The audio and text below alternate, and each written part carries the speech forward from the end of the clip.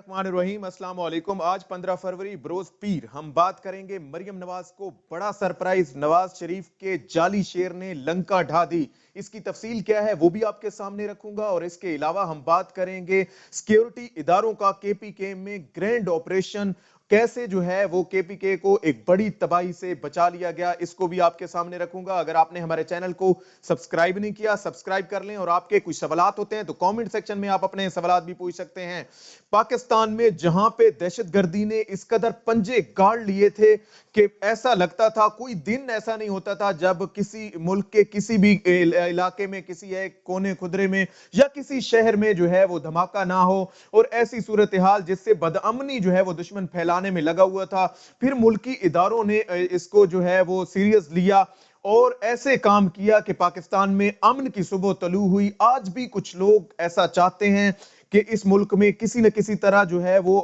बदअमनी की फिजा दोबारा से जो है वो पैदा करने की कोशिश की जाती है, लेकिन अल्लाह के करम से मुल्क की सिक्योरिटी इदारे इस हवाले से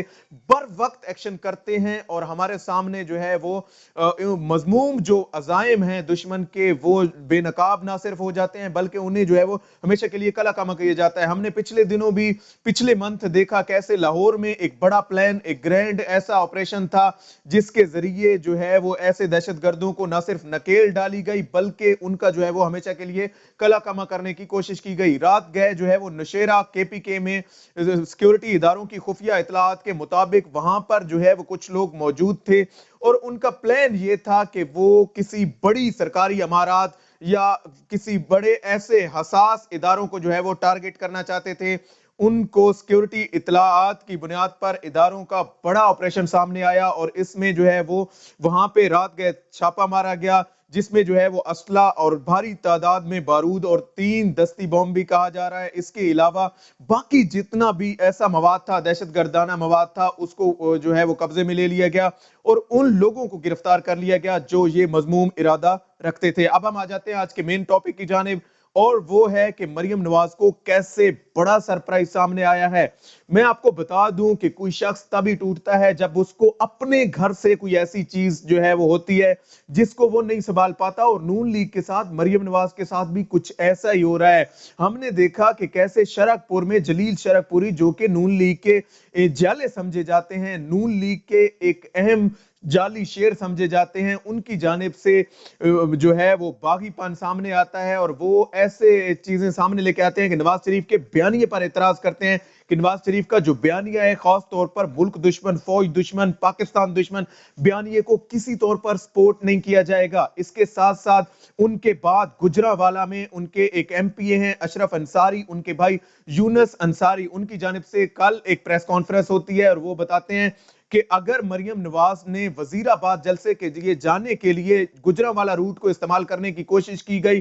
तो फिर हम उनके साथ वही हशर करेंगे जो 2014 में हमने इमरान खान के साथ किया था। मैं आपको बता दूं, याद दिला दूं कि कैसे 2014 में जब उनका रूट था गुजरांवाला से उन्होंने गुजरना था, उस वक्त कुछ शर पसंदों ने, अगरचे उस वक्त जो है वो इन्हीं लोगों के कहने पे, खास तौर पर नवाज शरीफ के कहने पर ऐसा किया गया और वहां पे कुछ लोगों ने पथराव किया और नुकसान पहुंचाने की कोशिश की गई, उस रैली को, इमरान खान को टारगेट करने की कोशिश की गई। आज वही हाल मरियम नवाज के साथ खुद होने जा रहा है और ये ऐलान किया गया है उन अशरफ अंसारी की जानिब से कि अगर मरियम नवाज ने ये रूट इस्तेमाल किया तो उन्हें पत्थरों और ईंटों से उनकी ना सिर्फ तवाज़ो की जाएगी बल्कि उनका रूट जो है वो मुकम्मल तौर पर रोक दिया जाएगा और उन्हें यहां से गुजरना। और एक चीज आपको बता दूं कि गुजरांवाला में जो अक्सरियत है वो नून लीग की है, उन्हीं के एमएनएज हैं, उन्हीं के एमपीएज हैं और जाहिर सी बात है जब इतनी बड़ी तादाद में, एहसन इकबाल को आप देख लें या बाकी लोग देख लें, उनकी जिम्मेदारी बनती है कि वो कैसे गुजरांवाला से अब उनको जो है वो गुजार पाते हैं। और खास तौर पर जब इनका जो है वो वजीराबाद में जलसा होना है उस वक्त कोई और रूट शायद ही उनके लिए पॉसिबल हो, क्योंकि अगर ये लोग, इन्होंने मोटरवे से ही आना है, तो अगर ये लोग वहां से आएंगे तो इन्हें गुजरांवाला से गुजर कर ही वजीराबाद जाना पड़ेगा। लेकिन अब इस खतरे के बाद यकीनन वो इस रूट को चेंज कर सकते हैं और जीटी रोड को इस्तेमाल कर सकते हैं। मैं आपको बता दूं कि इन्होंने ये जो खेप तैयार की थी, अगरचे इन्होंने दूसरी पार्टियों के लिए तैयार की थी और खास तौर पर इन्होंने अपनी पार्टी के अंदर जो गुल्लू भट्ट तैयार कर रखे हैं یہ انہوں نے تیار تو پی ٹی آئی کے لیے کیے تھے اور باقی پارٹیوں کے لیے کیے تھے، لیکن یہ ان کے خود گلے پڑنے لگ گئے ہیں اور اب ان کی صورتحال یہ ہو گئی ہے کہ اب یہ اپنی پارٹی لیڈرز کو بھی دھمکانا شروع ہو گئے ہیں اور انہوں نے کہا ہے کہ اگر آپ یہاں سے جو ہے وہ گزریں گے تو آپ کے لیے یہ اچھا نہیں ہو گیا۔ پی ڈی ایم کے سربراہ جو ہے، میں آپ کو بتا دوں، مولانا فضل الرحمان اس حوالے سے انتہائی اہم جانے جاتے ہیں، کیونکہ ان کی ہر تحریک، ہر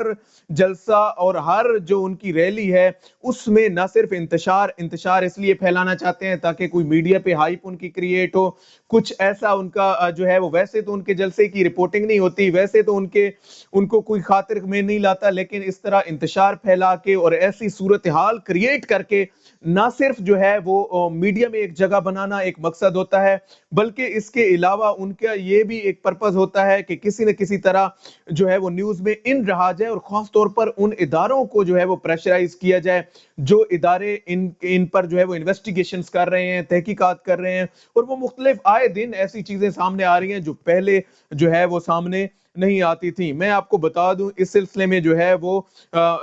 مریم نواز نے پچھلے دنوں ایک اعلان کیا تھا کہ جو بھی نون لیگ کو چھوڑے گا، خاص طور پر جو باغی ارکان ہیں جس میں جلیل شرک پوری بھی شامل ہیں، اشرف انصاری بھی شامل ہیں، یونس انصاری بھی شامل ہیں، یہ لوگ اگر پارٹی کو چھوڑیں گے تو ان کے گھروں پر حملہ ہوگا، اور شاید یہ اسی بات کا ری ایکشن ہے، جیسے کہا جاتا ہے ہر ایکشن کا ری ایکشن ہوتا ہے، یہ اسی بات کا ری ایکشن ہے کہ یہ لوگ اب انہوں نے کہا ہے کہ ہم ہر صورت ہمارے ساتھ جو بھی لوگ شامل ہیں ہم ان کو جو ہے وہ ان کا نہ صرف راستہ بلاک کریں گے بلکہ ان کو لگ پتہ جائے گا کہ کیسے اب جو ہے وہ باغی پن ہوتا ہے۔ مریم نواز کی جانب سے جب یہ اعلان کیا گیا کہ ان لوگوں کے گھروں کا گھیراؤ کیا جائے گا، نہ صرف جو لوگ جو ہے وہ ہمیں سپورٹ نہیں کریں گے، اور اس تحریک میں جس میں وہ کرپشن بچاؤ تحریک جو چلا رہے ہیں اس میں اگر جو بھی پارٹی جس کا ضمیر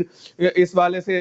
جو ہے وہ گوارا نہیں کرتا اور وہ یہ نہیں کرتا کہ ان کے ساتھ چلے، تو اگر وہ ایسا کرتا ہے تو ان کی جانب سے نہ صرف انہیں ٹارگٹ کیا جائے گا بلکہ ان کی پارٹی رکنیت بھی ختم کی جا سکتی ہے۔ میرے خیال میں یہ بہت بڑا سٹیپ ہے کہ ایک شخص کی پارٹی رکنیت ختم کرنے کی دھمکی بھی ان کو دی جا سکے، لیکن اس کے باوجود ان کی کوشش یہی ہو کہ وہ اپنا سٹینڈ جو ہے وہ لے سکیں اور ایک سٹینس پر وہ کھڑے ہو سکیں، تاکہ آنے والے وقت میں ان کو جو ہے وہ مزید آگے جو ہے وہ بلدیاتی الیکشن کا ایک سلسلہ آنا ہے، جیسے ضمنی الیکشنز ہیں، اس میں ساری پارٹی زور لگا رہی ہیں کہ کسی نہ کسی طرح جو ہے وہ ضمنی الیکشن میں انہی کی اکثریت ہو، خاص طور پر یہ جو ایم پی ایس لیول کے لوگ ہوتے ہیں